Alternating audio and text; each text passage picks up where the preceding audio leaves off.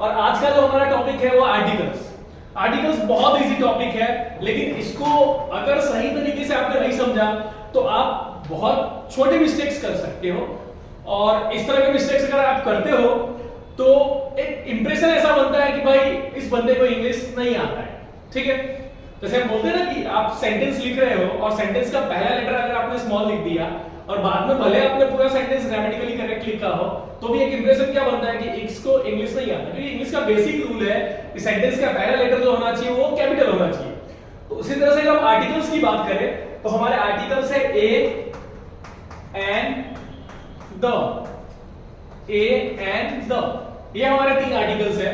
अब इसका यूज कैसे करना है, जैसे अगर आप देखें जो पुराने टाइम से हम सीखते आए हैं कि सबसे पहले मैं आपको बताऊं कि ए और एन जो है वो किस तरह का आर्टिकल है। ठीक है, इन दोनों को हम इनडेफिनिट आर्टिकल में रखते हैं, इन दोनों को हम इनडेफिनिट आर्टिकल्स के लिस्ट में रखते हैं, और दो जो है वो आता है डेफिनेट आर्टिकल के लिस्ट में। ठीक है, तो सबसे पहले ये डिफरेंस है,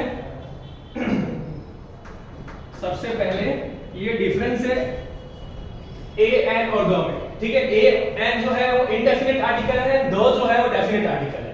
ठीक है, तो ये सबसे पहला डिफरेंस है। अब बात करें हम ए एन की, तो ए एन की हम यूज कहां पे करते हैं। जैसे आपने देखा होगा कि नाउन के बारे में भी मैं आगे वीडियोस बनाने वाला हूं, टाइप्स ऑफ नाउन समझाने वाला हूं।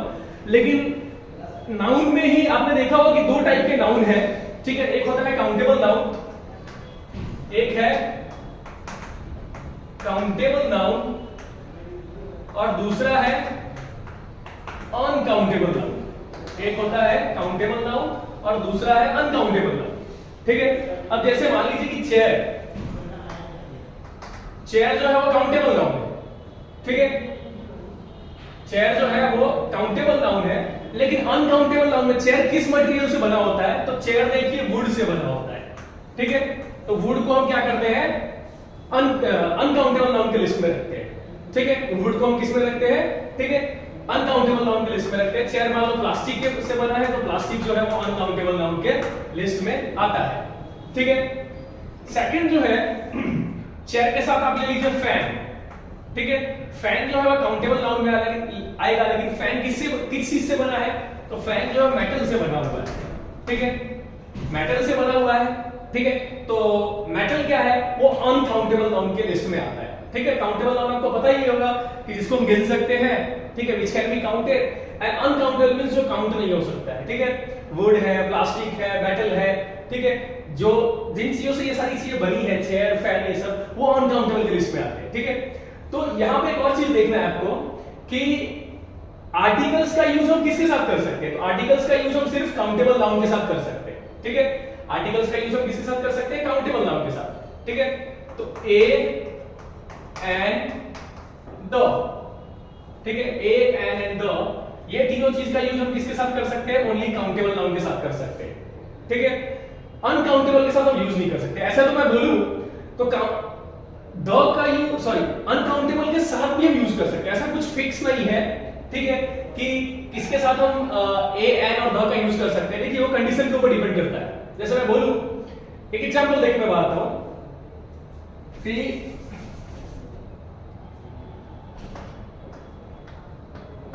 I want to buy a chair. I want to buy a chair. यहां पे हमने क्या किया, चेयर से पहले ए का यूज किया है। ठीक है, अब इसी चेयर के साथ मैं द का भी यूज करूंगा। ठीक है, I had broken the chair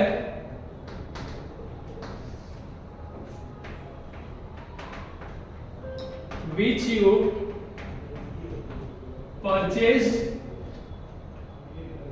yesterday.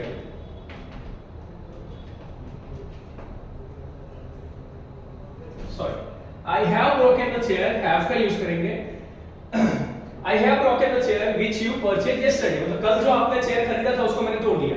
यहाँ पे देखिए, यहाँ पे ये जो पहले वाला सेंटेंस में जो चेयर है, ठीक है, वो क्या है, इनडेफिनेट है। ठीक है, कोई भी चेयर हमने खरीदा है। ठीक है, एक चेयर की बात हो, सिर्फ एक चेयर की बात होगी, ठीक है, एक नॉर्मल चेयर की बात होगी। लेकिन सेकंड सेंटेंस में अगर आप देखेंगे तो चेयर जो है वो एक डेफिनेट चेयर की बात हो रही है, उसी चेयर की बात हो रही है जो मैंने कल खरीदा था, ठीक है, उसी चेयर की बात हो रही है जो आपने कल खरीदा था, उसी को मैंने तोड़ दिया, ठीक है। तो यहाँ पे हम एक डेफिनेट चेयर की बात कर रहे हैं। जैसे ही डेफिनेट, देखिए ये अगर चेयर की बात करें, ठीक है, तो इसको अगर नाउन के कैटेगरी में हम रखें, ठीक है, इसको अगर नाउन के कैटेगरी में हम रखें तो यहाँ पे ये किस में आता है, कॉमन नाउन में आ जाता है, ठीक है। यहाँ पे अगर आप ये देखें, ठीक है, तो ये कॉमन नाउन की कैटेगरी में आएगा। लेकिन जैसे ही आपने यहाँ पे यूज किया इस चेयर को, तो ये यहाँ पे क्या बन गया, प्रॉपर नाउन बन गया, क्योंकि हम एक पर्टिकुलर चेयर की बात कर रहे हैं, ठीक है। क्या हम कर रहे हैं, एक पर्टिकुलर चेयर की बात कर रहे हैं, ठीक है। यहाँ पे वो कॉमन नाउन था और यहाँ पे क्या बन गया, प्रॉपर नाउन बन गया, ठीक है। तो हम कह सकते हैं कि प्रॉपर नाउन और कॉमन नाउन, मैं नाउन वाला टॉपिक जब इसके रिलेटेड वीडियो बनाऊंगा तो उसमें मैं आपको बताऊंगा कि किस तरह से हम कभी कभी वही सेंटेंस जिसको हमने प्रॉपर कॉमन नाउन में यूज किया उसको प्रॉपर नाउन में यूज कर सकते हैं, ठीक है। चलिए आगे बढ़ते हैं, हम टॉपिक पे आते हैं।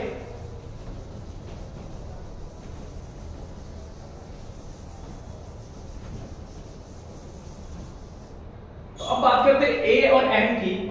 अगर आप देखें ए कहां पे यूज करते थे, ठीक है, और एन के कहां पे यूज करते थे, ठीक है।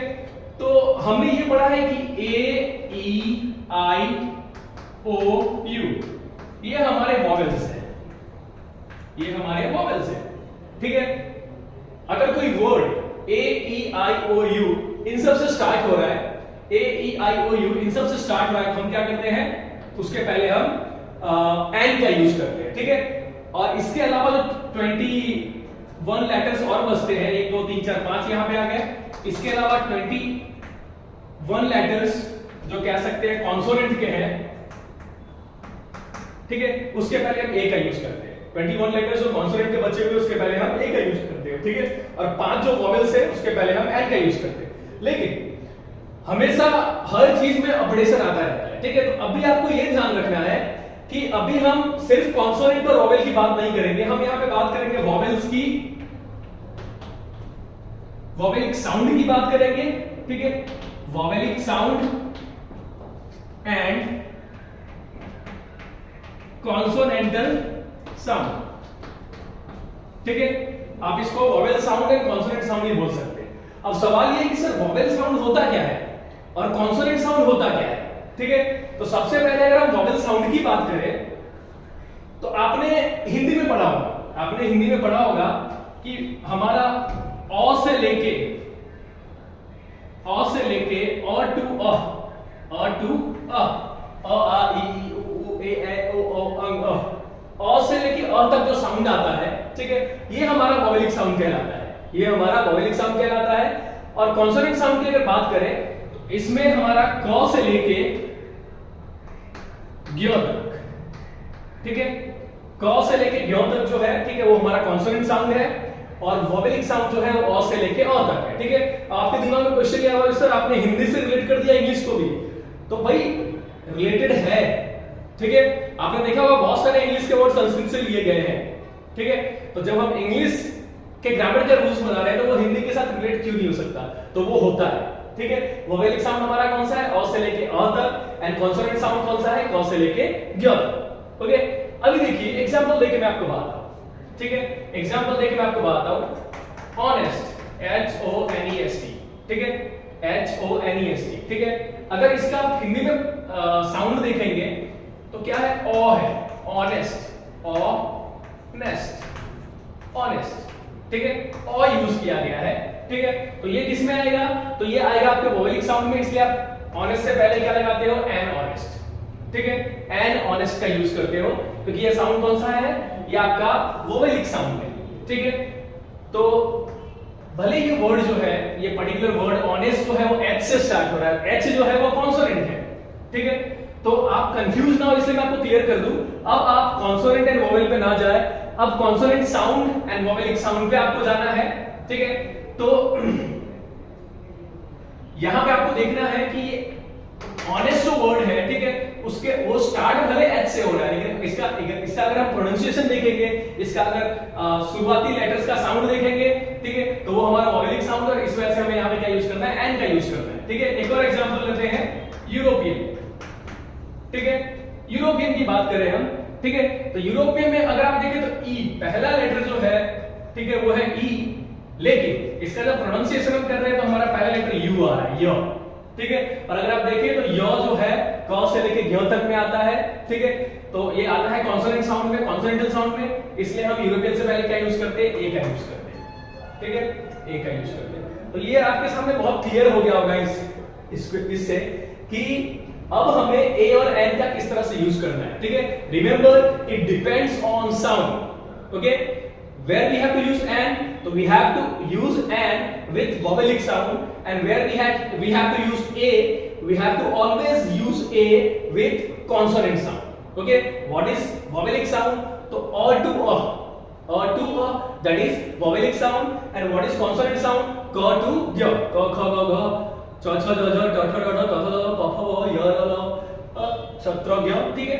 तो ये जो है ये पूरा हमारा कॉन्सोनेंट साउंड होता है। तो आपको क्लियर हो गया होगा कि ए और एन का यूज किस तरह से करना है। अब चलिए अब चलते हैं द की तरफ, ठीक है। ए और एन जो है वो क्लियर हो चुका है, एक दो एग्जांपल्स मैंने आपको दिया है, ठीक है। अब बात कर रहे हैं, अब हम चलते हैं किस तरफ, द की तरफ, द का यूज कैसे है।